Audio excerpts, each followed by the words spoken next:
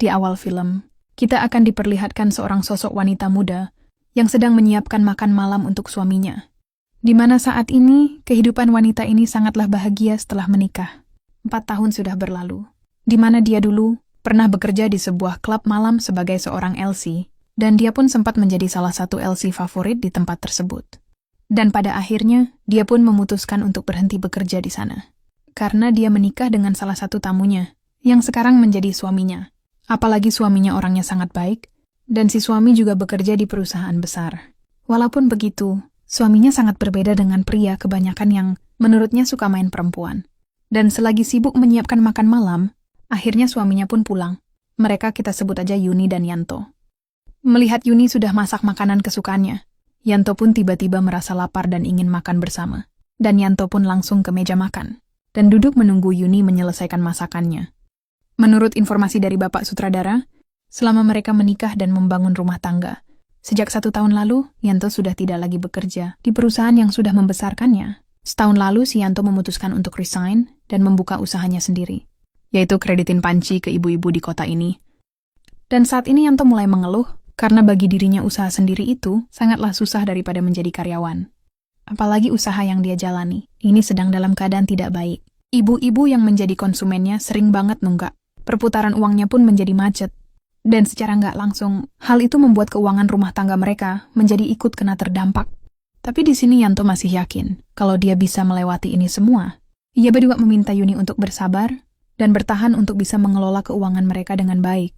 やっぱりさ、会社に勤めてた時よりもやっぱり一人でやるのってすごい大変でさ、なかなかちょっとうまくいってなくて、そう資金繰りとかがちょっと難しくてさ、なかなか一人じゃ難しいな。あともうちょっとで軌道に乗るから、もう少し我慢してもらっていい？ Mendengar keluhan dari suaminya, Yuni pun menjadi kasihan.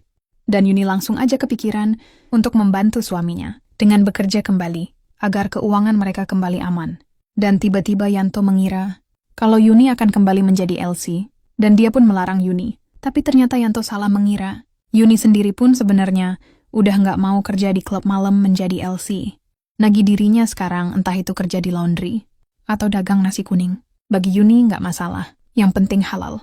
Dan selagi mereka sedang membicarakan masalah ini, dia pun teringat ketika tadi pagi sedang main HP. Dia sempat melihat ada beberapa lowongan pekerjaan yang sepertinya sangat bagus. Yuni pun lantas menunjukkan lowongan itu kepada suaminya untuk membantu memilih mana yang cocok untuk Yuni. Dan pada akhirnya, mereka pun memilih dan memutuskan pekerjaan yang akan diambil oleh Yuni, yaitu sebagai supir.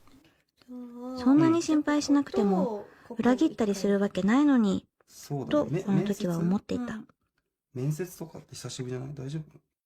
Singkat cerita, Yuni pun sudah berada di perusahaan yang membutuhkan pekerjaan tersebut, di mana saat ini dia sedang diinterview oleh si bapak kepala gudang. Walaupun Yuni belum punya pengalaman, tapi dia sudah mahir menyetir dan sudah mempunyai lisensi mengemudi, apalagi cuma di posisi itu yang gajinya paling gede. Di sini Yuni pun meyakinkan ke si bapak kepala gudang kalau dia pasti bisa dengan pekerjaan tersebut, menjadi supir. Walaupun pekerjaan ini sempat dilarang oleh suaminya, tapi Yuni sekali lagi meyakinkan ke bapak kepala gudang kalau dia sudah mendapatkan izin dari suaminya. Dan dengan kelebihan Yuni yang masih terlihat cantik dan pengalamannya sebagai mantan LC, dia pun mengeluarkan jurus rayuan mautnya, yang membuat bapak kepala gudang nggak tahan. Sampai bijinya ingin keluar. Dia pun tidak punya pilihan lain selain menerima Yuni bekerja di perusahaan ini. 本当ですか？じゃあ、頑張ってみる？はい。ぜひよろしくお願いします。よろしくね。はい。 Lalu singkat cerita, di saat itu juga, Yuni pun dibawa oleh si bapak kepala gudang ke lokasi nanti dia bekerja, di mana dia sebelum menjadi supir harus di-training dulu.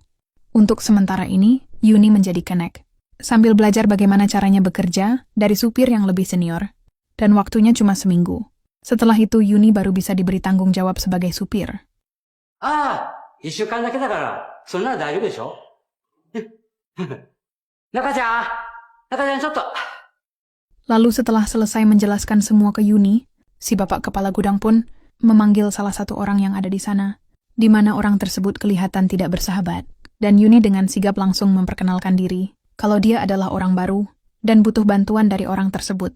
Pria ini kita sebut aja Om Samsul, di mana dia adalah karyawan lama yang sudah bekerja puluhan tahun di perusahaan ini.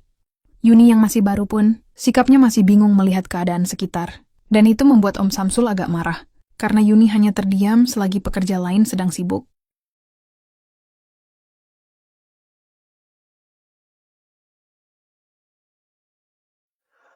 Ah, どうぞ、持ってって持ってって。あっちに。あっちに。はい。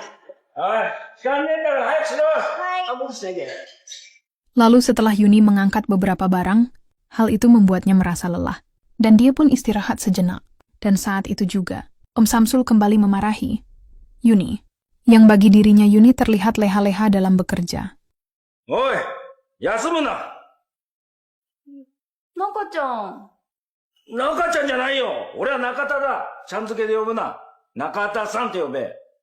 なんかすごい。そんな怒ってばっかだと疲れちゃう。 Mendapat perlakuan seperti itu, Yuni dengan santai menanggapi Om Samsul, di mana dia sudah biasa dengan perlakuan tersebut. Karena dengan pengalamannya sebagai LC, Yuni sudah banyak bertemu berbagai macam orang dengan perlakuan yang tidak baik. Dan karena pekerjaan mereka masih banyak, akhirnya mereka pun kembali bekerja, sambil terus-terusan berseteru satu sama lain.